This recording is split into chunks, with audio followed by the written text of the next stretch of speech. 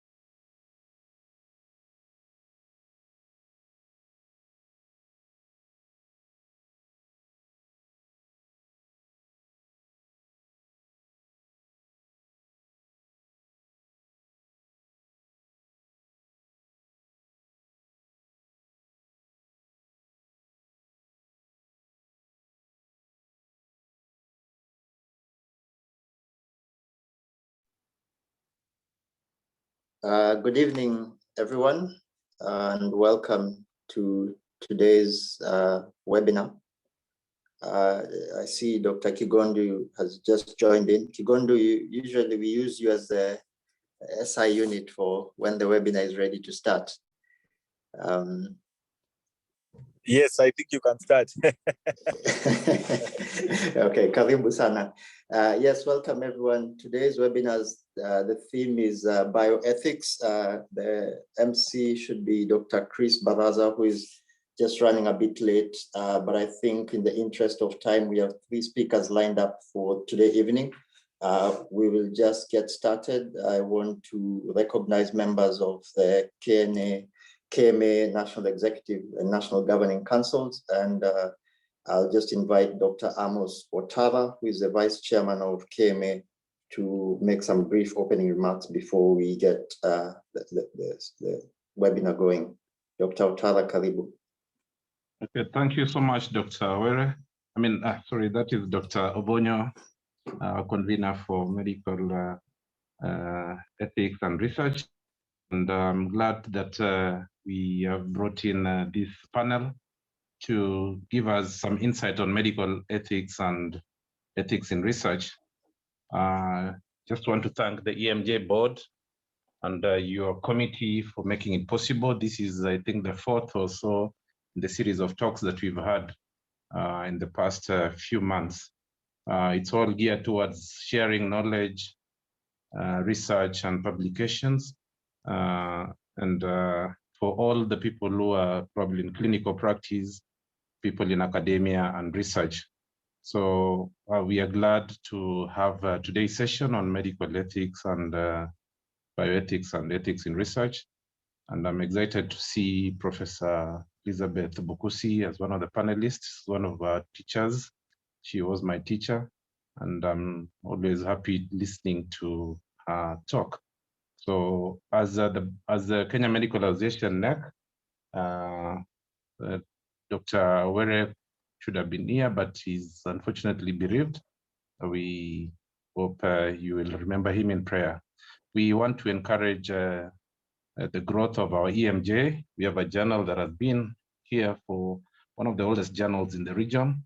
So we are encouraging people to get more into readership and also submission of articles for publication.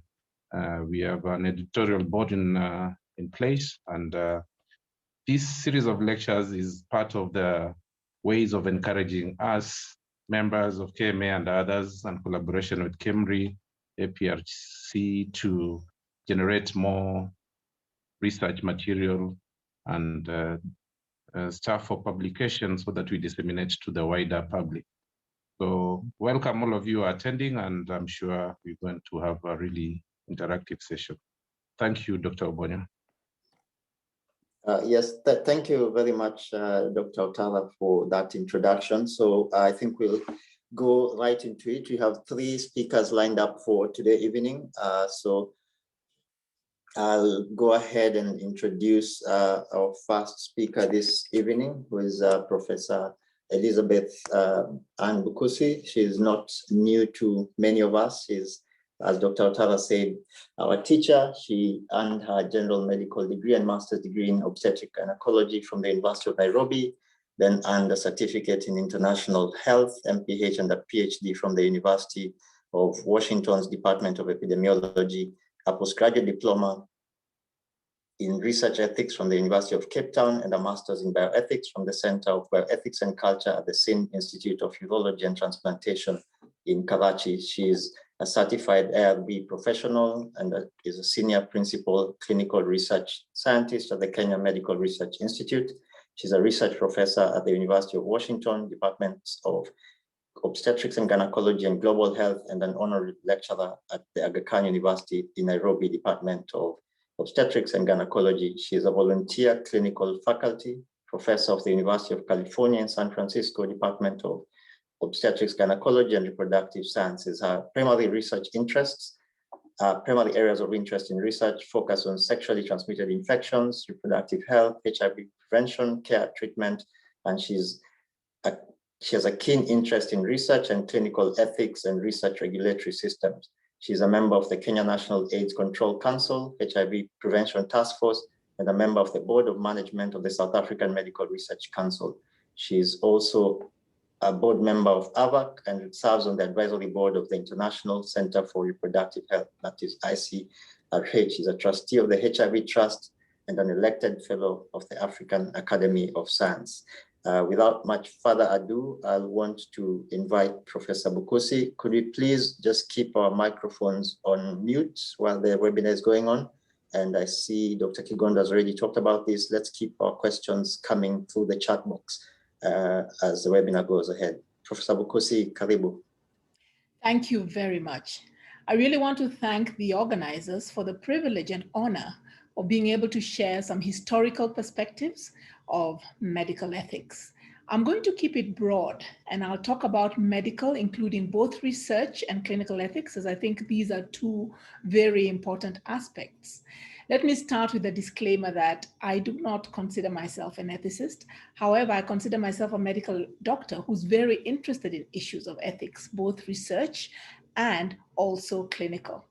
And maybe again, as another disclaimer, I sort of strayed into this by, first of all, moving from clinical research into clinical medicine into research, and then straying further, trying to find out more about issues of ethics, research ethics, as a researcher, being a little frustrated with the systems that we had, and then moving on to be concerned about issues of clinical ethics, which I think are very, very important and that make a difference in the lives of many individuals, even beyond the excellent care or the excellent knowledge that we may have, that the ethical parts of it become very, very important in the practice of both clinical medicine and also when we're doing research. Just to give you an outline of what I hope to be able to cover, I want to just start with a brief introduction, and then I'll talk a little bit about medical or research ethics and sort of where the difference comes in. I'll focus quite a bit on just the history of research ethics, describe to you some situations that have highlighted some of the concerns that are brought about when we talk about research ethics, and that have helped bring into place some of the regulations that are there currently to try and mitigate some of the things that happened in the past. And then I will change my focus to talk about issues of clinical ethics, because I think even though we probably have many researchers here, there are also many of you who are involved in everyday clinical practice.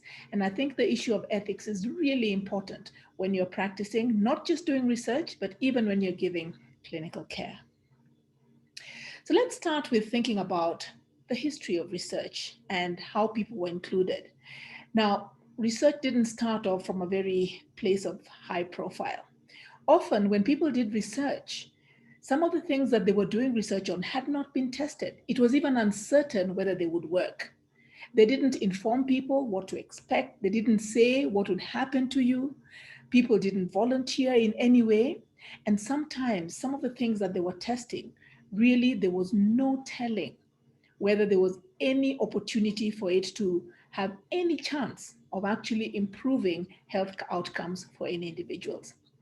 Classic, people think about Edward Jenner and the cowpox, smallpox vaccine story. Remembering that in that case, there was inoculation of a young boy about 8 years old, who I'm sure did not agree to the process, and whose parents were probably not even informed that he was going to be inoculated in order to see whether indeed the use of materials that came from somebody who had cowpox, who had been a milkmaid, who had been milking a cow that had cowpox, would protect individuals from smallpox. So we've come from a history when thinking about medical research and thinking about ethics in general, of doing things that didn't have any proven mechanisms and not necessarily being very transparent or telling people what it is that we were doing.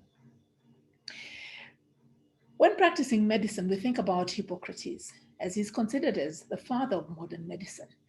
And many of us have taken this oath. I'd like to believe everybody who's a practicing clinician at some point in time during their graduation had to make an oath. It comes in different forms, has been updated to try and reflect the same ethos that was in the original oath, but in modern language that is more understandable. But the main focus of this is actually to say that our goal is to help people, to help improve their lives and their outcomes, and not to actually do them harm. And this is really the principle that needs to carry, not just in the question of research, but also in clinical care, that ultimately we are seeking to do people good, to allow them to be able to enjoy and live their lives to the fullest without the burdens of either infirmity or any other conditions that could cause them any concerns. But medicine was very paternalistic. There was a we know it all attitude that came from many of the practitioners historically, and they dominated the patient-doctor relationship, not really recognizing that there was a fiduciary responsibility that came with it. We were required, however, to make decisions that were really in the best interest of the particular patient. This didn't always happen, and oftentimes there would be conflict. And even today, they may arise in situations of conflict. Some of these would be resolved through arbitration, In other places, they would be resolved through courts of law and the justice system. It didn't always mean that justice happened in a timely manner, but before medical ethics was really well rooted, what I want you to take home is the fact that there's a paternalistic approach. I know it, I'm the clinician, I'm the one who's trained, you are simply the recipient, so do as I say. There wasn't the recognition that this is a partnership and that even though I may have the medical knowledge, the body is actually yours and you have the choice and the right to decide what you want and how you want to be able to do it. I want to shift us then to World War II, where the main historical events really happened. Now, I have some pictures there of some very questionable products that were being used even at that point in time, which people utilized for various home or other remedies. A lot of this material was not actually tested. There weren't strict conditions for how it could be tested, how it could be approved, to ensure that anything that went out to what we often call the unsuspecting public was something that was actually going to do them good. People simply tested materials, advertised them, and put them out there. But around World War II, that's when changes really started to happen about how people practiced medicine, how people practiced research, and what it was that was acceptable or not acceptable. And the concentration camps during World War II had a major impact on this because there was experimentation that I will talk about in the next slide that happened where the individuals on whom the experimentation was carried out did not have a right. They didn't have a say. Now, this is despite the fact that there are codes of conduct that require that even when you have prisoners of war, that there are certain expectations of what the people who are prisoners can expect in terms of how they can be treated and what they would be subjected to. And it is out of some of these outcomes that the Nuremberg Code was written and the World Medical Association then developed what we call the Declaration of Helsinki that has been revised subsequently many times through. And we'll talk about this in a little bit more detail in the next few slides. So let's start with the Nuremberg Code. There were some inhumane experiments that were carried out during World War II. And some of these were really experimentation that didn't have any outcome that would really benefit humankind.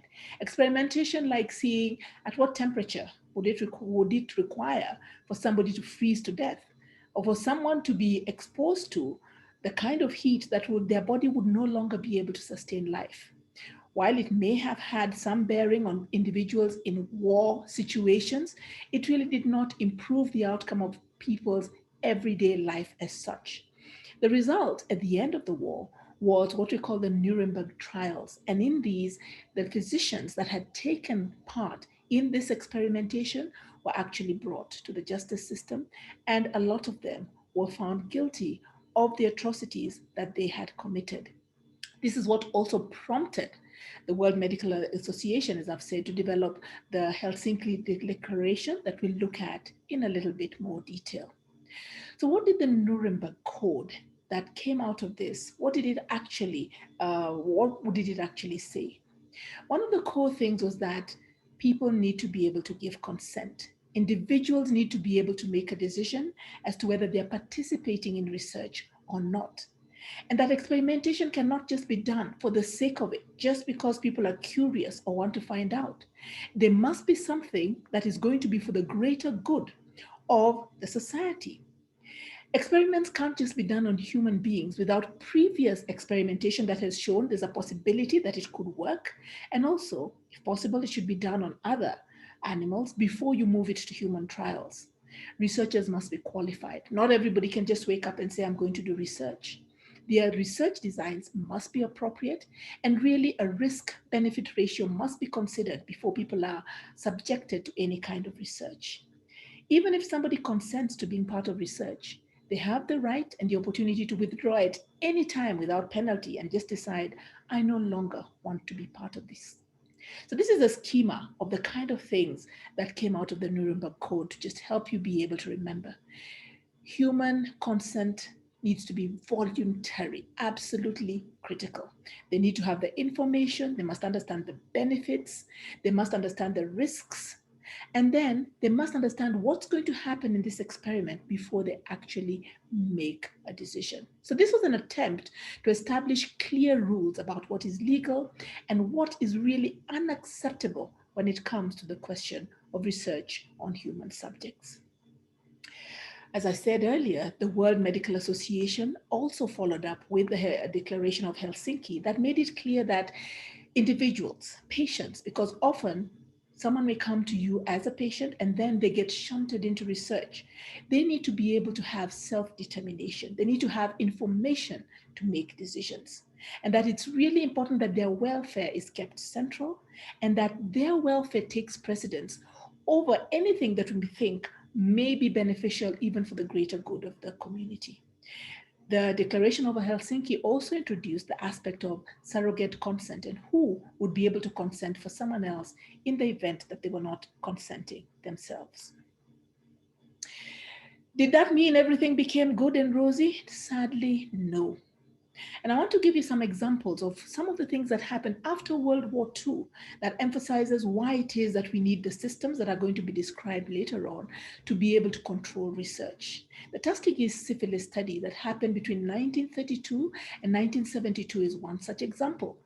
This study sought to find out the natural progression of untreated syphilis. Now, you all know now what happens if syphilis is not treated and the sequelae that happen as a result of it, but people didn't know then.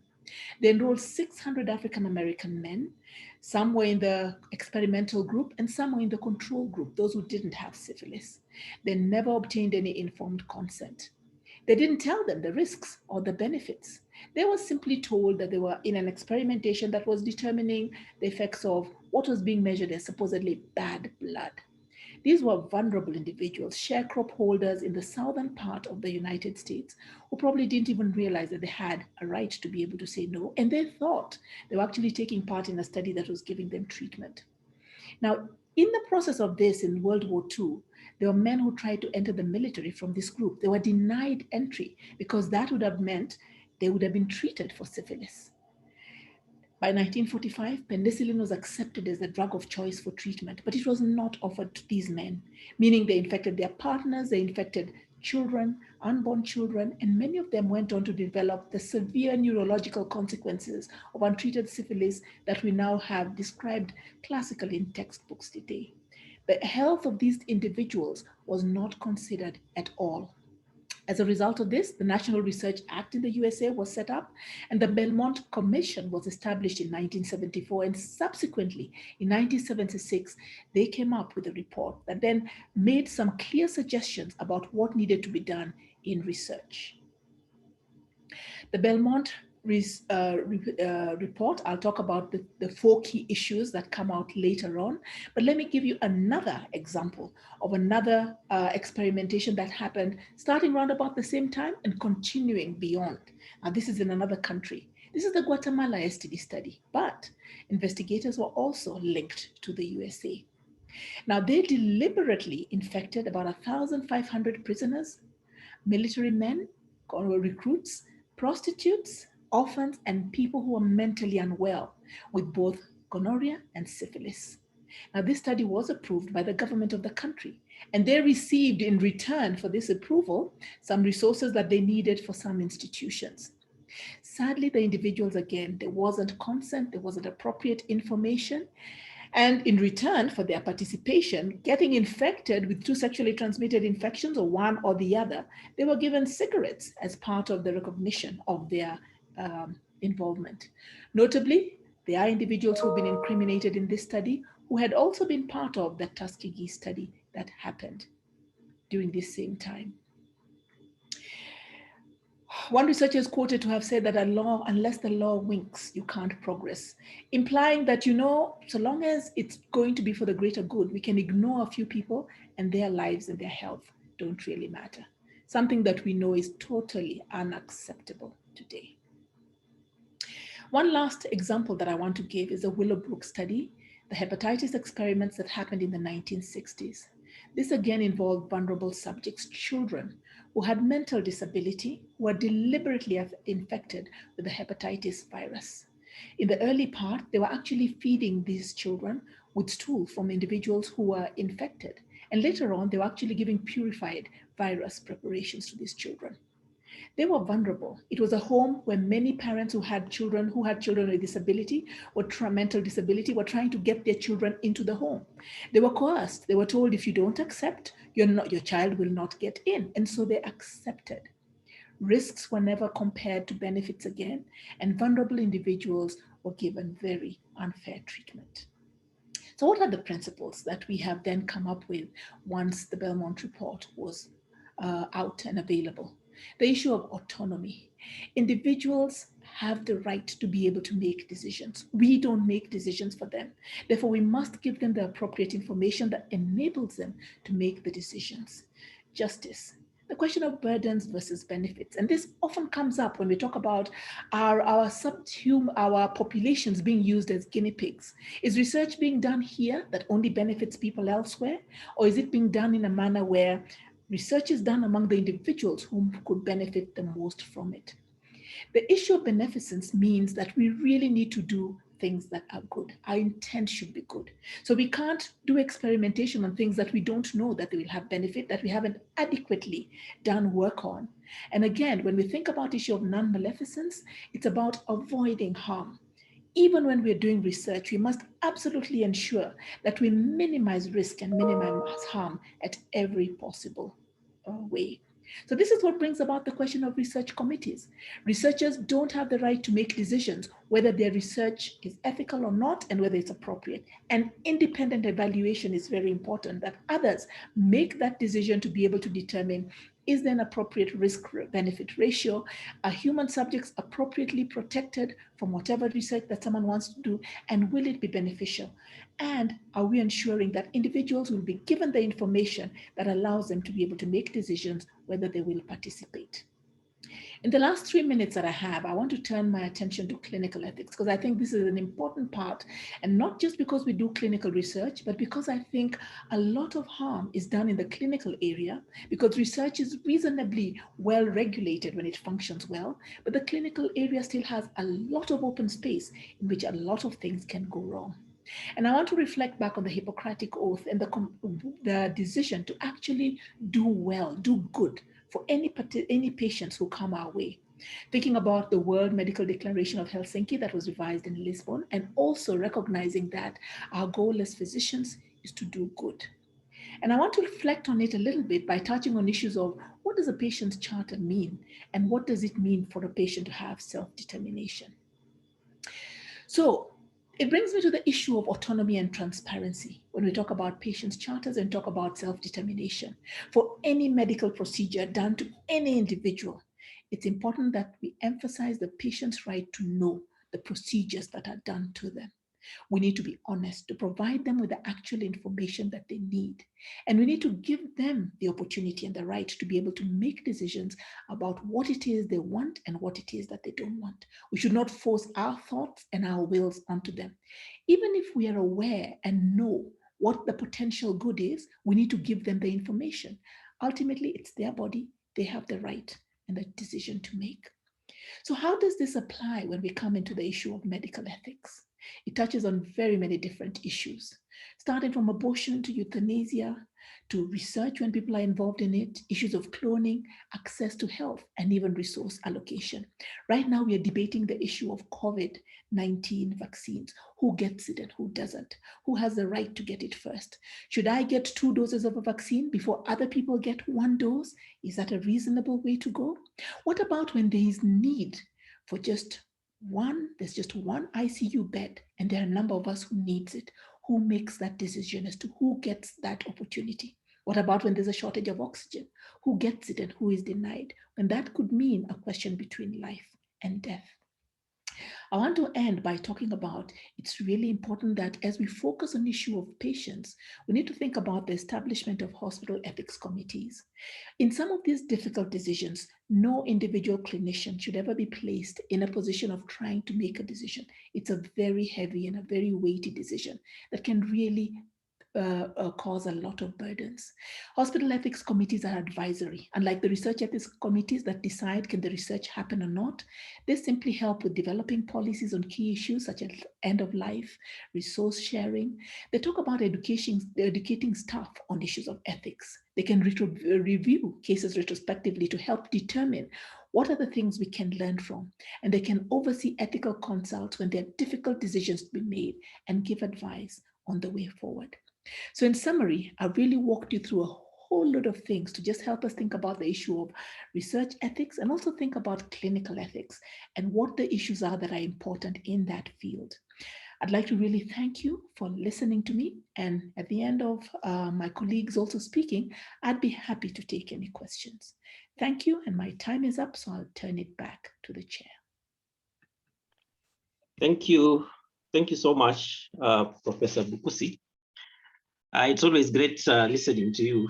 And my name is Dr. Barasa. I think you've been a teacher to most of us, and you are teaching skills and get better and better with time. Thank you so much for taking us through the history of medical ethics, reminding us about the atrocities and the very bad things that have happened in the to the human population in the field of research, but again, blending it very well with the contemporary aspects or issues that are emanating from ethics in relation to, ICU care, COVID-19, and all that. So thanks so much for that short but very, very in-depth presentation. And as you mentioned, we'll be able to get back to you in a short while as far as the questions and your responses will be much welcome. So hold on as we continue with the presentations. Next, I'll present Professor Sasi Morinu. Sasi is a professor in global health based in Oxford and a senior researcher at the KWTRP Wellcome Trust Research Program in Kenya, where she was based for 28 years. Sasi is an interdisciplinary researcher with a background in human geography and behavioral studies. Her current main research interests span health policy and systems research, that's governance, finance, responsiveness to patient and public priorities and needs, and treatment seeking, and empirical ethics, including the everyday ethics of frontline health provision and of conducting studies in resource-poor settings. Cross-cutting areas of interest for Sasi include producing new thinking, evidence, and recommendations around vulnerability and urgency among research participants and communities and researchers' responsibilities in this context, initiatives aimed at strengthening accountability processes in biomedical research and health delivery in sub-Saharan Africa. Sasi provides strategic support around ethical issues that emerge during research across the KWTRP Wellcome Trust program in Kenya and contributes to social science, health system research, community engagement, and research ethics training at the center and internationally. So I take the opportunity to welcome Sasi for her to make her presentation. Karibu sana.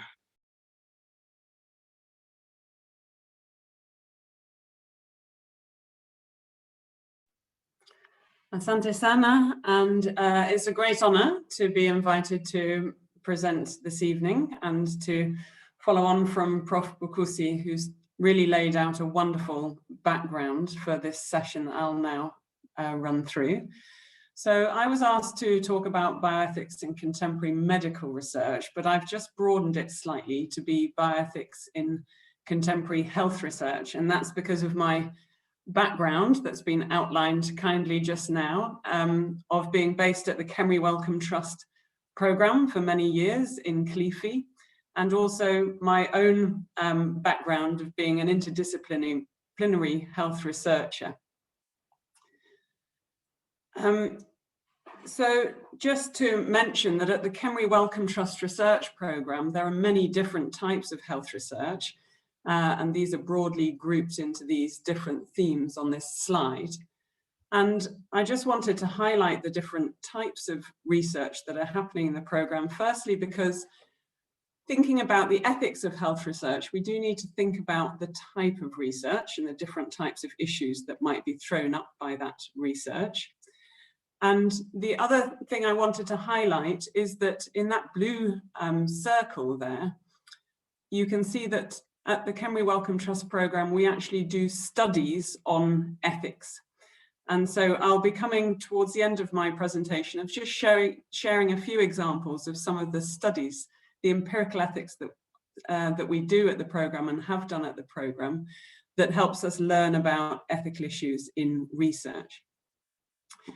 So for the rest of this presentation, what I would like to do is first of all introduce some of the ways of thinking about ethics as a background, thinking about ethics in health research specifically. I'd then like to go on and talk about some of the issues that bring ethical challenges to conducting health research in settings like ours in Kenya and in other settings where there are resource shortages. And then I'd like to finish off by sharing with you a framework that we've found very useful at Khemri Wellcome for planning and thinking about the ethics of lots of different studies. So to start off with thinking about the ways to approach research ethics for different types of studies, one approach might be to think about what are the kinds of ethical issues that are being faced on the ground while conducting our work. What are the kind of situations that make us really question whether we're doing the right thing or not? What are the kind of ethical emotions, the moments that we're experiencing? And then think about, with that particular issue or that moment or challenge, what do stakeholders, what do our colleagues, what does the literature tell us about what we should do? And we might turn in that case to guidelines. Another approach, and this is a complementary one, is to think about what are the guidelines that are out there, and Professor Pukusi has begun to introduce some to us. What are the kind of guidelines that are out there, and how do we apply those guidelines in practice for the kind of research that I'm planning or the kind of research that I'm reviewing? So what are the kinds of issues and realities on the ground for my study that I might face in relation to those concepts, and what does that mean for how I plan my work? Whether we take that top or that bottom approach to thinking about ethics, there are many different influences on our thinking. So it could be that there are influences that come from different cultural traditions, from religion. There are different influences from philosophy, from, for instance, anthropology and sociology, and from law. But in terms of thinking about what are some of the cross-cutting principles that we might gather from these different influences, because they can sometimes pull in tension with one another. What are some of the cross-cutting principles that we might be able to draw on in thinking about research ethics? I think Professor Pukusi has nicely introduced the whole concept of principles, but what exactly is a principle? And in theory, this should refer to a very well-developed explanatory concept in ethics, where there is wide agreement within a discipline. So despite all those different influences on what we might think is influencing our ethical thought, or what is a moral right or a good, a principle should help us bring together agreement across those different ideas. And principles come from high-level theories in moral philosophy that begin to inform us in thinking about our ethics in research. And there are different types of approaches that emerge, and these all have slightly different foci or emphases. So there are some approaches that are based on autonomy and respect, where really right at the center of the focus is people's choices and values, that they must be respected as an absolute priority. There are also approaches that are based more on duties of care, so the importance of adhering to professional norms and agreements. So these might differ across different professions, but often they are to make sure that we do not expose to harm, that we minimize risk, to our patients and to our research participants. There are consequentialist approaches where the emphasis here is that the research is ethical if the benefits outweigh the harms. There are justice-based approaches where the focus is on fair distribution of goods. So making sure that who benefits in what way and who bears the burdens in different types of research at a population level are fair. And then there are approaches that are based on considerations of virtue. So what would a virtuous person do in this particular situation?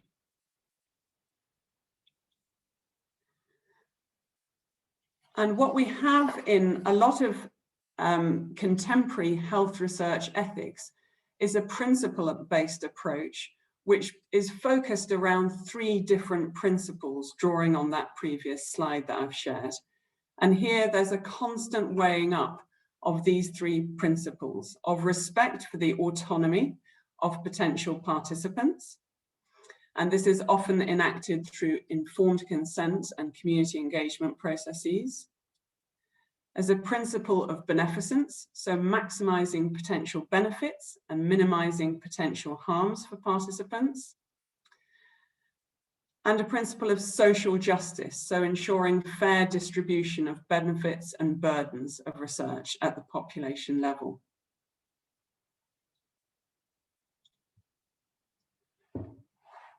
So in terms of thinking about the ethics of research in different contexts, we think about how do we apply these principles and the balance of these principles in different contexts.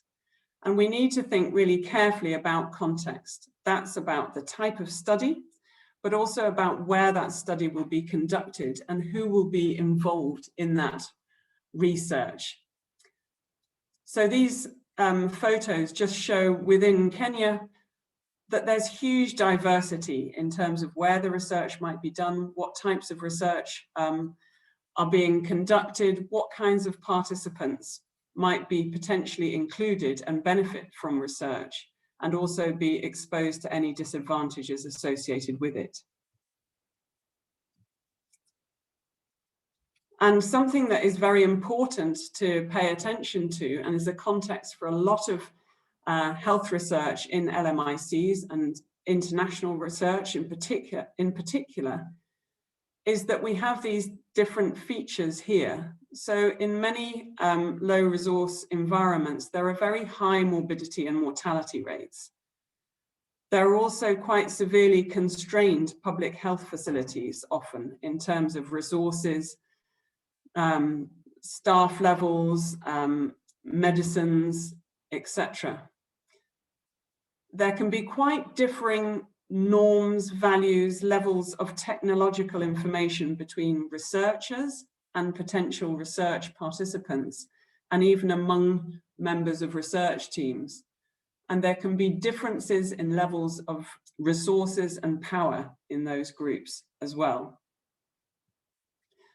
And so what this leads to in a lot of this research is not only the importance of actually conducting research in order to answer these questions and provide relevant information for these contexts, but also there's a potential for exploitation or unethical involvement of people in research. So just to give a highlight of one of the contextual challenges and the importance of research in many of the areas that we live and work in, is this quite famous now 1090 gap that was highlighted in 2000. And so what this diagram is illustrating is that 90% of the funds that are allocated for research globally are spent in the countries where only 10% of the disease burden is faced. And so this is a very unfair amount of research that's happening globally, with far too little happening in places with the biggest health burdens. And this is related to challenges that include the funding distribution globally, but also inadequate funding of research from governments in many LMICs despite an Abuja declaration, and this continued even for up to a decade afterwards and continues today. And initially challenges about ethics guidelines not being well developed in the context in which we would like more research to be taking place. Thankfully, since 2000 and those reports that I've just mentioned, there have been enormous amounts of effort to address gaps and inequalities, these contextual issues. So there's been a huge amount of capacity building that's been happening in LMICs, and there are listed there just a few initiatives that have been conducted. And many of these are targeted at strengthening research career pathways for scientists, making sure that there's stronger outputs and institutional support to conduct research. There are exciting collaborations between researchers based in the South and initiatives that are led from the South that involve Northern collaborators in ways that are more acceptable than has sometimes been seen in the past, and that continues with a lot of research today. There's been a huge strengthening of institutional national research review and regulation systems, because this environment is constantly changing and new review methods and guidance is needed constantly. There's also been a lot of progress in harmonizing the guidance and the review processes that are out there. And I'll go on to talk about one that we've found particularly useful at Can We Welcome programme shortly. And there has been an increased funding from governments towards research. And very recent literature, which we can share for anybody who's interested, is showing that there has continued to be a lot of progress in these areas, but there's still work to do. And so what we see is that we have both an opportunity and a challenge in terms of the ethics oversight of research, with vast volumes of guidance out there now. So Professor Bokusi gave a wonderful background to some of those large international documents mentioned on the left-hand side of this slide. There have also been specific guidance developed for research involving LMICs, and there are many country-specific guidelines and regulations, and increasing ones being introduced every year to support and work with those international guidance. And there's also guidance evolving for specific new issues that are becoming clear as important. So guidance on data sharing, genome-wide studies, biobanking, etc.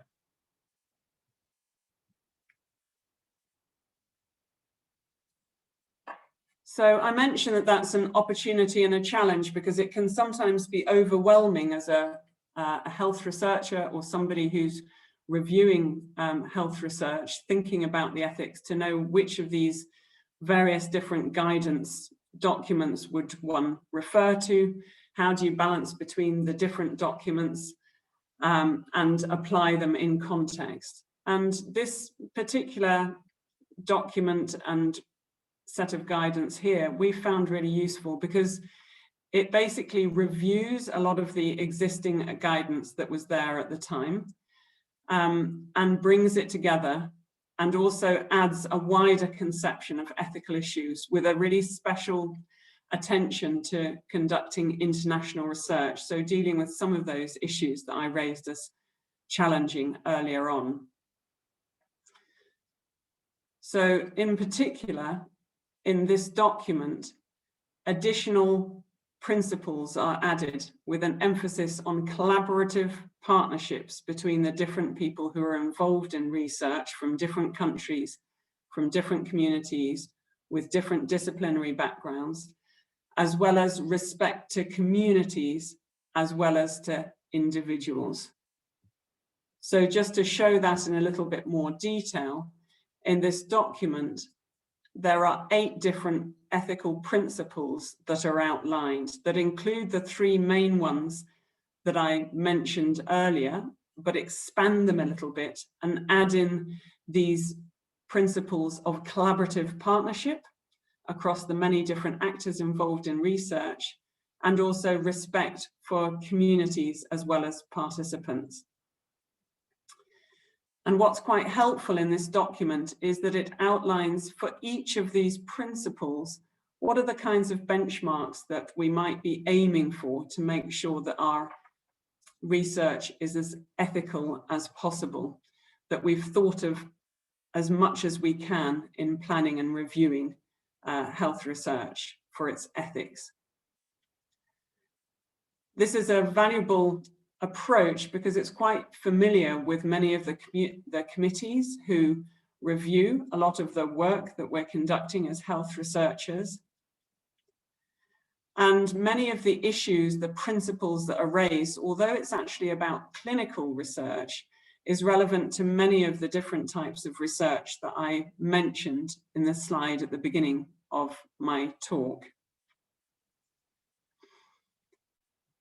There are still many challenges in terms of applying these types of principles and benchmarks, even when they're carefully spelt out like this, because there can be some differences between the different principles. So there can be some discussion and debate that's possible in balancing up, for example, informed voluntary consent against benefits of a study. So if you're giving a high level of benefits to ensure that there's a favorable risk-benefit ratio, is there a possibility that people might see it not as research, but see something more as a clinical service of some form?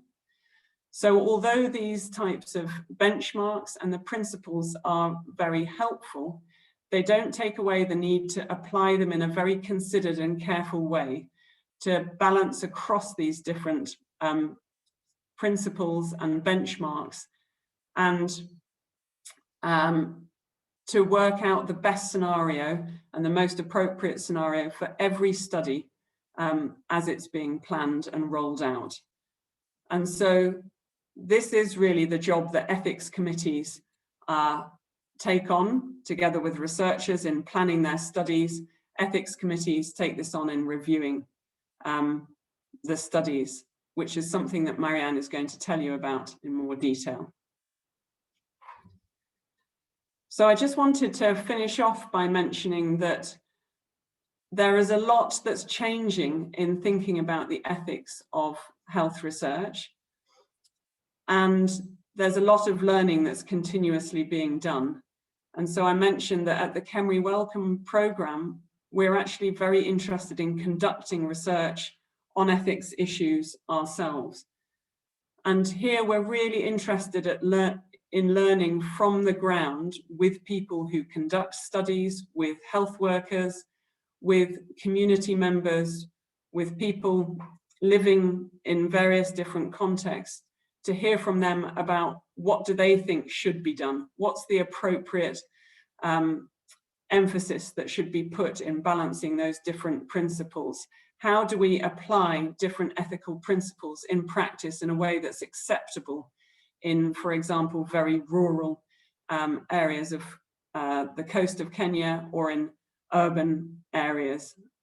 So looking at context specificity, looking at applying principles in different contexts, and making sure that we take very seriously the priorities, perspectives, concerns, and insights of the communities and different stakeholders that we work with. So, for example, we've conducted very careful deliberation processes with people in the community and other stakeholders to think about what are the appropriate benefits that should be given for different types of research in different scenarios.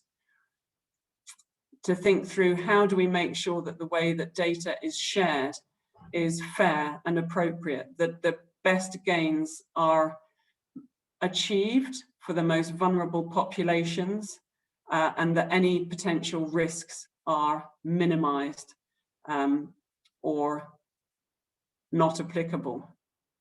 How do we engage communities really in a way that's meaningful and that can make sure that they have an influence on how research is designed and rolled out?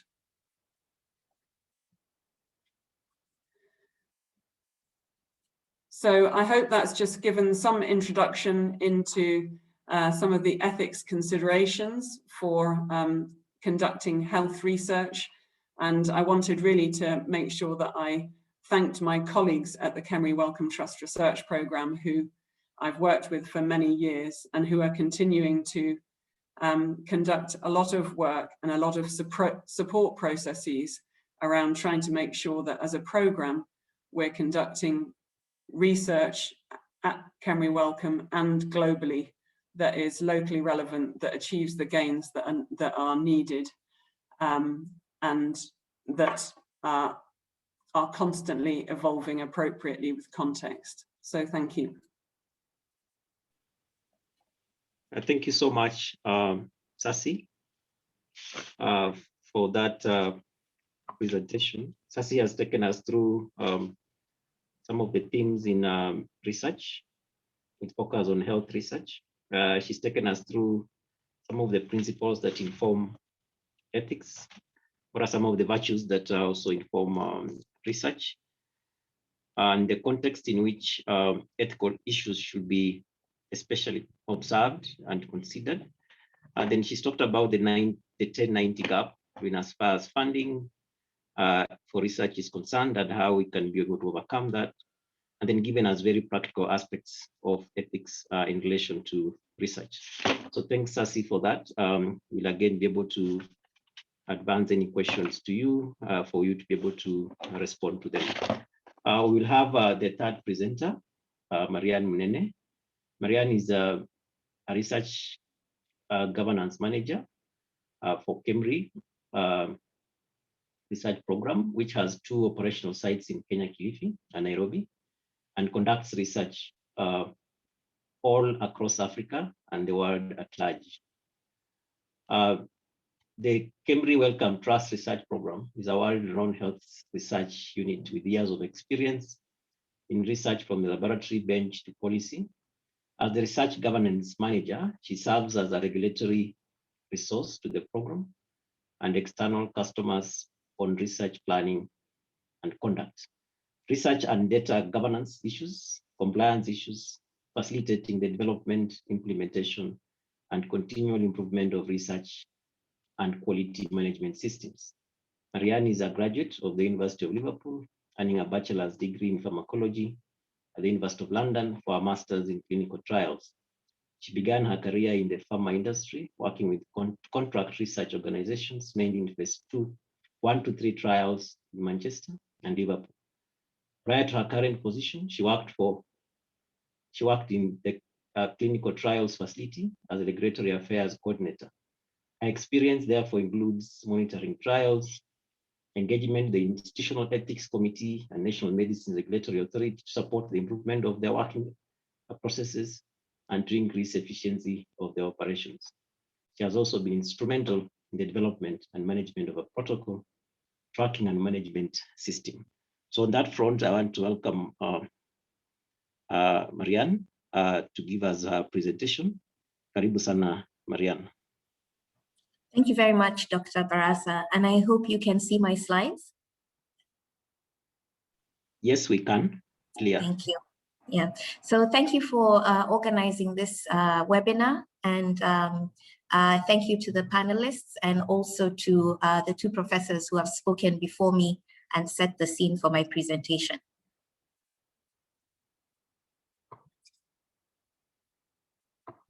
Okay, so regulations in research. When I look at this slide, I feel quite overwhelmed. And this is usually what the case is for most of the researchers when they're starting off studies and they're thinking about what kind of approvals do I need, what regulations apply to my study, what are the processes that I need to get in place before I can initiate my study. And for us, this has been the case. And at our institution, we decided to organize this by looking at research governance. And what is research governance? So research governance is a means by which organizations and individuals can ensure the delivery of high quality research by implementing the principles, the requirements, and the standards for research. It addresses issues of protection of research participants, which have been elaborated in the presentations that have preceded mine, safety and quality of research, issues like privacy, confidentiality, financial probity, where is the funding coming from, legal and regulatory matters, risk management, monitoring arrangements, and it promotes good research culture and practice. So it's a way by which these organizations can make sure that their staff, researchers working within their programs can conduct their research in compliance with these guidelines. So they look at 5 broad themes: science, ethics, information, health and safety, and financial and legal. So in the science, you want to ensure that the protocols, the research studies are well written and scientifically sound, that the study is feasible to be conducted in the sites that have been selected or identified, and that participant safety at the utmost is upheld. On the ethical side, the issues have been well elaborated in Professor Bukusi's presentation. There are general principles and guidelines that the local and international community adhere to. Consent to ensure that the participant is well informed and has taken a decision and agreed to participate in the study. Privacy and confidentiality, as well as issues of data protection. Sample use, how will their samples be collected? Will they be used locally? Will there be any sharing? Will there be shipment of their samples externally? And the uses when the samples are shipped, are these agreed upon? Will they be used in the spirit of the research that's being conducted? Will results be shared with the initiators of the study? And will it still protect the rights of the participant? Information, data management, collection, how data will be accessed, by whom, what restrictions and security measures will be put in place to ensure that there is no fraud, the data maintains integrity, how will it be shared, who will it be shared with? Publication, open access, archiving, and other matters that relate to data and information. Health and safety. So what risk assessments will be conducted? There'll be risk assessments in relation to the research study that's being conducted, but also in terms of staff safety. Will there be assessments conducted in the lab? What kind of level of lab will be used? Will the staff have protective equipment that is required in order to conduct the study safely? What other risks could there be? Could there be political unrest that could happen? Could there be strikes that will influence the conduct of the study? So all these things need to be considered and planned well by the institutions helping the researchers conduct the studies, so that they can ensure that their studies will go on with the least interruptions. Financial and legal. Where will funding come from? Will it be sustainable throughout the entire project? Does it account for contingencies? What contracts and agreements are required? If samples are going to be shipped, will there be material transfer agreements between the parties sending and the parties receiving? What about clinical trials? What insurance arrangements have been taken out to ensure that participants are covered in case of injury that might result from them participating in the study and taking an investigational product? And licensing, what licenses are required in order to conduct this kind of work, even from the point of view of the staff? Will the medical practitioners have their current practice licenses, but up to date and valid? What other licensing might be required? Would there be permits from NACOSTI that are applicable? Would there be Nagoya protocols that need to be applied for access and benefit sharing permissions? So these are all things that when you're thinking about research governance, you consider. So research regulation in our context. I'll just throw this question to the attendees. Which body is mandated to regulate research in Kenya? So this is just in general, not thinking about clinical trials. If someone could just pop in a suggestion in the chat box, and I'd ask Dr. Obonyo if you could just read out what people respond. So anyone can just type something into the chat box.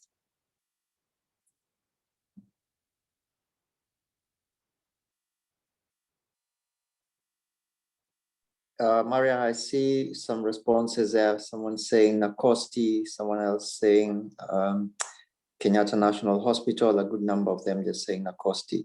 That's the National Council of Science Technology, and someone says various ethical committees. Yeah. Right. So I wonder how many of the ones saying NACOSTI already have the slides. So yes, it is NACOSTI, the National Council for Science and Technology and Innovation, which was established as an act of parliament. What about for clinical trials? Which body is mandated to regulate this in Kenya? Again, on the chat box.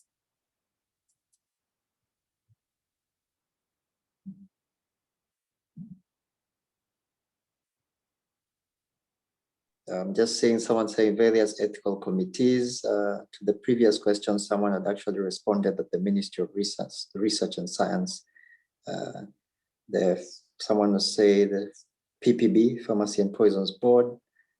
Someone else says ethical committees approved by NACOSTI, Cambridge Institutional Review, Institutional Ethics Committee, Pharmacy Board. That's just a sample of them. Thanks. Okay, thanks, Dr. Obonyo. Yes, it's the Pharmacy and Poisons Board, which was also established as an act of parliament. So the important thing to note is these two are actually acts of parliament. So there's a legal mandate attached to complying with their regulations. So the role of NACOSTI's role is on oversight, promotion and coordination of research, and they liaise with other agencies as well to achieve their objectives. So they liaise with the National Innovation Agency and also the National Research Fund, which has funding for researchers in Kenya that they can apply to fund their work. And one of the key things that they do, also by keeping tabs on what's going on, making sure that you apply so that they can be aware of what research is being conducted, is they also advise the government on funding. So in relation to the National Research Fund, the more aware they are of how funding is sourced and what type of research goes on in relation to the priorities for the country, they can see this from the applications that we submit and then advise whether an increase in funding is justified. So they also have a role in the regulation and ensuring the quality in the science, technology, and innovation sector. In research studies, clinical research studies, they do this by accrediting ethics review committees, and they also ensure that the funding and implementation of prioritized research programs is conducted in Kenya. So in terms of research ethics review, we have institutional review boards, otherwise known as independent ethics committees, and the ones that are accredited all have their own monikers that they use. So we have, for example, the KNH UN ERC, we have the Scientific and Ethics Review Unit for KEMRI, and we have others affiliated with universities and other research organizations. So the role of these committees is to ensure that, they consist of a reasonable number of members who have the qualifications and experience to review and evaluate the science. And their role is to determine whether the rights, safety, and well-being of research participants are adequately protected, and that the studies that are conducted adhere to sound ethical and scientific principles. So they review documents submitted, they evaluate the risk-benefit ratio, they evaluate the scientific merit, the qualifications of the personnel that will conduct the study. They also review budgets to make sure that the funding that is planned for the study is sufficient for the study to be completed and to generate results in relation to the questions asked. To review the information provided to the participants so that they can ensure that they are fully informed in a language that they can understand, about the study, and including any compensation arrangements, making sure that they're not coercive or might have undue influence for the participants in those communities being investigated. And then they also make decisions and communicate these to the PI in writing. And they can also provide, they are a resource for providing advice, either pre, during, or upon completion of the study. And they continuously monitor the progress throughout the conduct of your study until you close out your study. What about the regulatory authority? So PPB, as we mentioned, have a role in the application. They review applications for clinical trials for approval. So they're actually mandated by law to be the body that will authorize clinical trials in Kenya. They also conduct pharmacovigilance, which is following up on safety from new investigative treatments that have been submitted for evaluation in clinical trials. And they conduct this even after. So a lot of you will have seen the portal that PPB has on getting safety data from the COVID vaccine. So they continue to do this even post-trial activities. They also conduct inspection of facilities, so institutions that are running clinical trials, including most institutions will have a pharmacy where dispensation of these treatments will be conducted, and they also review those facilities as well. It might also involve reviewing, inspecting distribution centers for downstream activities once trials have been completed. They also evaluate the results of these trials because these help to inform them of the decision to make whether these products would be useful for public use or not. So the more trials that are actually conducted in the countries that are intending to use the products that are investigation, the more useful it is for the regulatory authority to be able to make a decision with data that is relevant to the public that they're catering for. So the more trials that happen in Africa, particularly in Kenya, so that data on Kenyans is available for Pharmacy and Poisons Board to be able to properly evaluate these products for registration. And they also review plans that are available within trials on post-trial access for the communities that are being investigated. So they evaluate preclinical data, clinical data, they evaluate the investigational product itself, including the manufacturing of it, and they also look at the risk-benefit ratio. So we move on to the county now. So most counties will have their own priorities for health and health research, and usually they'll have a county department of health that looks at research activities within their counties. And some of them will also have county referral hospital committees. And what they aim to look at is the relevance to their particular health priorities, benefits to their county. So there might be capacity building initiatives, there might be equipment that could be used within their hospitals, brought in by the studies, and also to create awareness so that even as their staff are being trained on these studies, and the people in the hospital are aware that these studies are happening and what outcomes could come from them.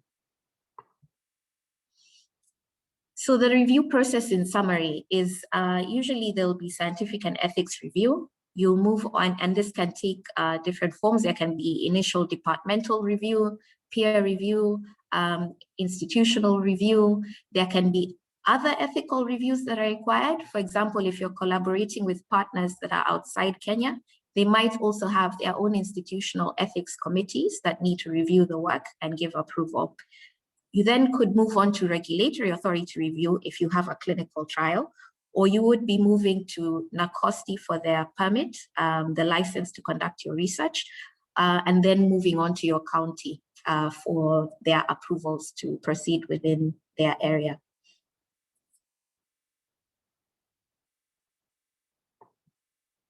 So thank you, and happy to take any questions.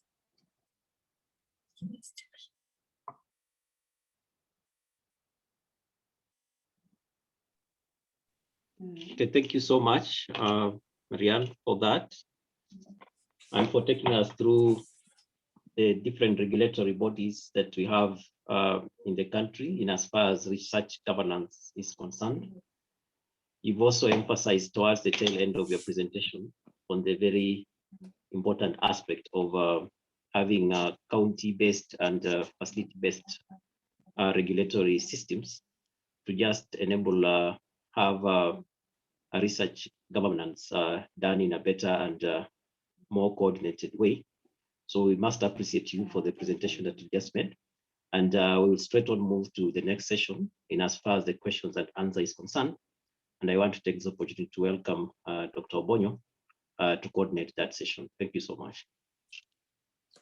Thank you very much, Chris. Thank you very much, Professor Bukusi, Professor Molyneux, and Marian for all those very wonderful, insightful presentations. I also want to recognize the presence this evening of Dr. Dorcas Kamuya, who is the head of the Health Systems Research and Ethics at KEMRI. Karibu, Dorcas, as well as Dr. Nema Muturi, one of our colleagues who sits at the CERU, that's a Scientific and Ethics Review Committee. Karibuni sana. I have the very unpleasant role of putting you on the firing line, presenters, asking questions. I'll just be looking through what's coming through the chat box, and anyone who has a question to just raise their hand, and it might take a few live questions, time permitting. To start us off, I'll probably just go fast now that I already started talking to Professor Bukusi. I think in 2008, Prasad and colleagues once wrote that the amount of time dedicated to teaching of ethics in medical schools specifically is disproportionately low, and this is usually done in the preclinical years before people get hands-on on clinical training and experience some of the legal and ethical challenges. I wonder if you'd have a comment whether this has changed, whether the curricula in our medical schools need to change to incorporate more teaching of research, especially during the clinical years.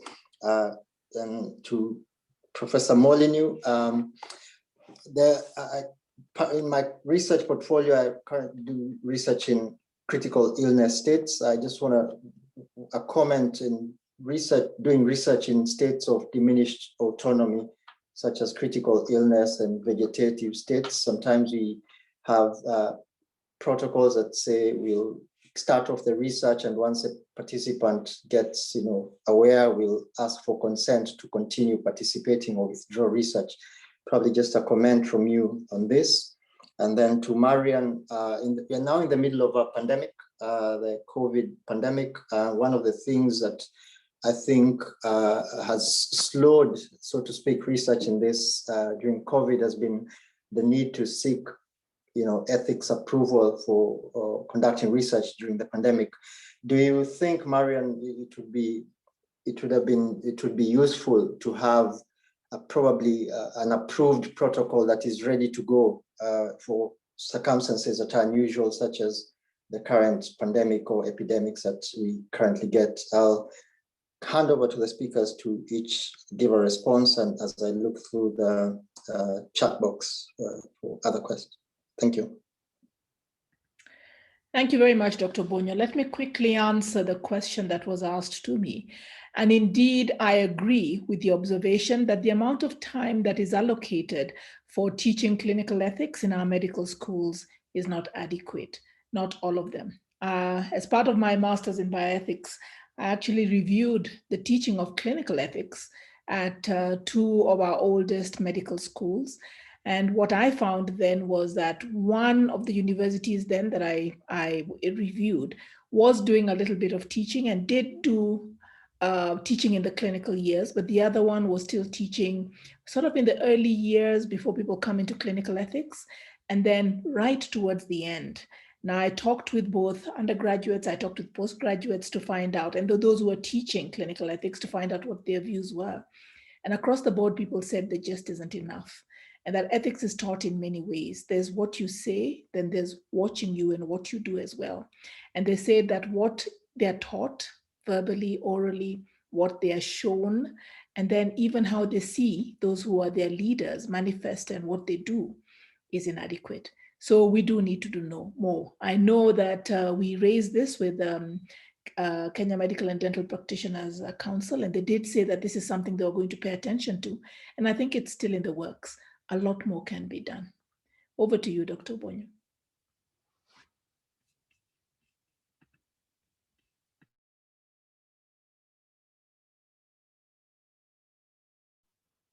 We'll move on to Sasi. Sasi, the question on conducting research in states of diminished autonomy. Do you have any comment on the current practice? Do you think it's okay? Do you think it should change, especially critical illness and probably vegetative states? In some ways, it's difficult to comment on this in a general way, but I guess some of the general comments would be, I think one of the first things that you would think about with any study at all, including those studies involving people with critical illness or those who might not be in a position to make individual decisions, is that research important in the first place? Is there a need for the research to take place? Is there social value of conducting the research? If for those populations and in the long run, so for example, with critically ill children, there are many things that might still need to be known about how to improve care for critically ill children. The same for adults who might not be in a position to make decisions themselves.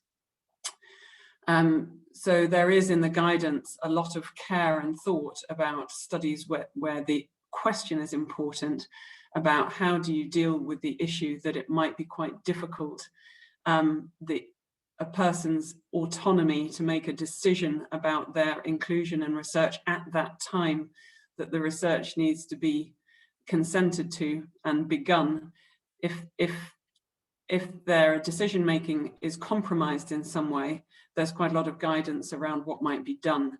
And so one approach is to see if there's somebody who can make decisions on behalf of that person, if it's agreed and there are ways of measuring that this person is not able to make a decision themselves.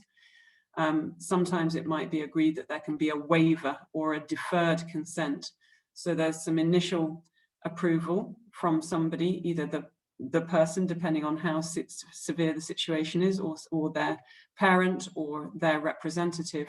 And then as soon as they're able to make an individual decision, if they are able to, they have full consent and a full explanation and an ability to withdraw if necessary. So I think it's a good example where, as with every study, you'd want to know exactly what is the question, exactly why is it important to answer it, what are the ways that this is going to be done, and how can the rights of that individual who's potentially involved in the research be best protected. Yeah, so I hope that gives you some sense. Sure, good, thanks. Marian, do you think we should have ready-to-go protocols approved for situations such as pandemics and epidemics? And then we'll take a live question from John. Okay, yes, so a pre-approved protocol, more like template, is a good idea to have. And another thing is to also discuss this with the ethics committees and the regulators early enough so that they can also contribute to that template and advise on, even in terms of regulations, things that they would want to see, so that when the pandemic does arise, it's very easy for you to tailor it to that current situation and to the interventions that you want to test. And hopefully this will help with reducing the timelines for getting your approvals. I'll just mention as well that there are a lot of harmonization efforts going on in East Africa and Africa at large, and there's different pathways for getting approvals now with faster tracks. So there's the AVAREF platform, which is quite well established for doing this for vaccines in public health emergencies. And they have a good system that works and involves ethics committees and regulatory authorities as well. And they have outlined procedures. So a pre-approved template protocol would be a good idea in supplementing all these efforts. So yes, thank you. Right, good, thanks. I had a hand raised up from John Stacy. Is the hand still up? Can we have him unmuted to ask a question? Meanwhile, while we're waiting, someone called Andrew there has asked, what is the role of animal activists in conducting animal studies to investigate new products? Leave that to any of the panelists.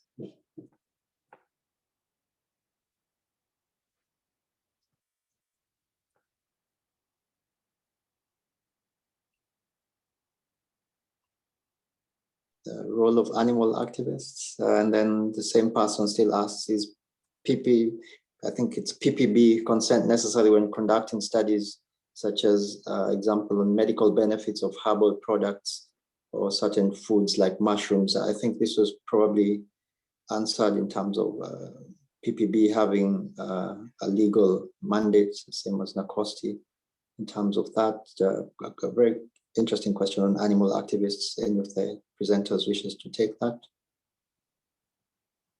I'm just skimming through.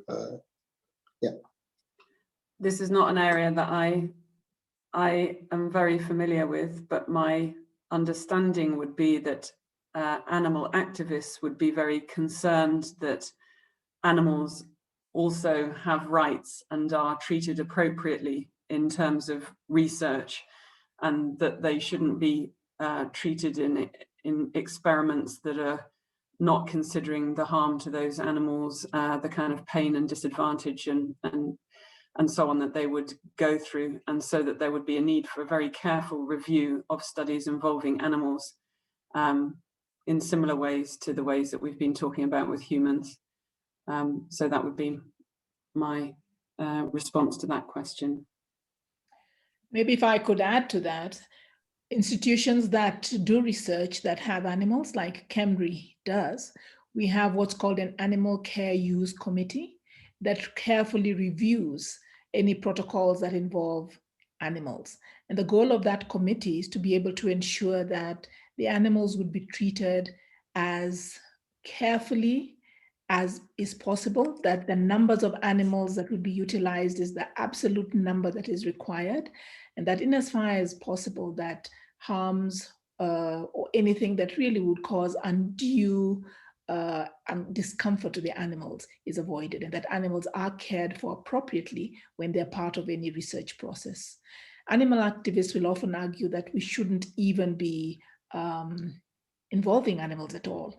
But the question would then become that before you expose human beings, it would be important to know that there was some test or some way that you thought that whatever product you want to test could be efficacious or could be potentially beneficial. And so in that sense, then, we sacrifice, in quotes, animals or use these animals before we bring research into the human space. Responding to the other question that was raised about the use of mushrooms, Pharmacy and Poisons Board is the regulator for any clinical trials. If you're using anything that can be considered a medicine or a device, then Pharmacy and Poisons Board needs to see your protocol. After an ethics review committee that is accredited by the National Commission Science and Technology's National Bioethics Committee has approved it. So you first have to get institutional approval, then you take it to the Expert Clinical Trials Committee at the Pharmacy and Poisons Board. They keep a register of all clinical trials. Now, even if you're using a drug that has already been approved, but you're using it for a different purpose, or you're testing it to see whether it does better than another different drug, it's a clinical trial. And so Pharmacy and Poisons Board would want that protocol to be passed through them. But ultimately, it's the National Commission for Science and Technology that has authority, and by law, because an act of parliament has been passed 2013, 2014, and if you do research without appropriate permissions, you can be prosecuted and you can be liable to actually spend time in prison and also to pay a fine. Over to you, Dr. Bonyo. Sure, thanks so much for all those responses. I'm just mindful of time and probably we'll just take another round of questions. Someone had initially asked what sort of GCP training or equivalent is available to researchers in Kenya or involving researchers involved in human research in Kenya?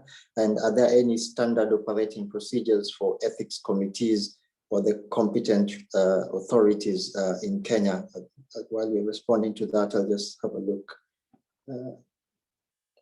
And any of the panelists, what are the... I think I can take the one on, are there any SOPs or guidelines? So most of the ethics committees and the regulatory authority will have websites where they outline all their guidelines. So PPB has a section on clinical trials, which has all their updated guidelines and requirements. For example, KEMRI's Scientific and Ethics Review Unit has all their SOPs also available on their website. So, and NACOSTI as well through their portal, and also they have all the guidelines listed on their website as well. But I'm also happy to summarize these links and share with those who would like to see them. Over. Great. Thanks for that. There's another very specific question to you, Marian, whether you have had any experiences on regulatory delays, maybe delaying research in Kenya. Well, yes, of course there are delays. Delays can happen. It can also depend on how rigorous or robust your protocol is. So the more planning, thinking about developing your protocol, liaising with different stakeholders, engaging with ethics committees and regulators early enough. For example, we started conducting challenge studies in, I think, 2012 in Kenya. And there was a lot of engagement with ethics and regulators early enough to introduce these concepts, to think about how they would be evaluated, to think about what kind of information we should include in the protocols. And that generally helps to reduce the timelines. So the more you engage early enough and plan early enough, then you can have faster reviews. Over. Good, thanks. I'll just take the last two questions. Someone had asked about just something about the ethics trainings for researchers in Kenya. And the very last one, someone asking about an example where blood is collected for one study and then it's used for another study. Are there any special permissions required for you to use blood or samples that had been collected for one purpose for another research purpose? I don't see any live hands up, so we'll just take those two and wrap it up. I could quickly try and respond to that question, Dr. Bonyo. Want to Sure. say that, yes, there are lots of training opportunities, and we have been fortunate at the Kenya Medical Research Institute under a program that's called the Center for Biomedical Ethics and Culture and KEMRI, CKBTI, that's what we call it. We have an NIH grant that has been providing ethics training for the last 4 years. So we have been sending out calls regularly, and we've been training people in clinical ethics, in research methodology, in public health and research ethics, and also in fundamentals in bioethics. So we offer courses, certificate courses, at least once every year. And we train, now we've been doing it virtually since the COVID pandemic. Prior to that, we were training in person, and we're offering the training free, targeting especially research ethics committee members and people who are teaching in various institutions of tertiary learning. Beyond what's available in terms of training like that, there are very many online training platforms that are available where people can have, beyond just GCP, they can actually learn other trainings that are very relevant for anybody involved either in clinical or in research ethics.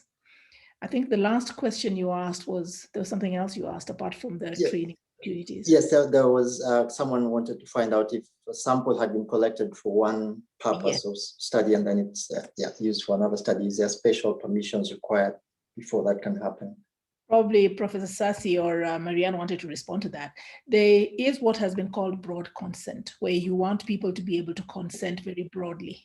That is generally, there are debates whether that is really acceptable, where you tell people, please sign here, and once you sign, whatever specimen you give us, we will use it for this, but we can also use it for any other purpose, or put it in a repository and make it accessible, and then give you various options. How much of your detail do you want shared with whoever would make use of that? Many ethics committees also push back against that and ask that if you ask me for blood to test for malaria, that's all you can test. If you want to test for anything else, I need to give consent because that blood belongs to me. Even though you've collected it and it's in your custody, it's my blood. So I have the right to be able to make decisions. This also goes when we're talking about issues of research that can involve genetics, because the question is always, when I give consent, how far can that go? Can I give consent only for myself or about other people who are related to me? By default, if you're testing things on me that could reveal things about them, do they have a right in also contributing to that consent? So most committees will want you to be quite specific. Even if you are transporting blood outside this country, then you do need to have let people know that their blood will be taken to various places, where it's going to be shipped to, what it's going to be tested for, and have what we call material transfer agreements between the person who's shipping and the person who's receiving to say what exactly is being tested and what is it for. Over to you, Dr. Bonya. Great. Thank you very, very much to speakers this evening, Professor Bukusi, Professor Molyneux, and Marian.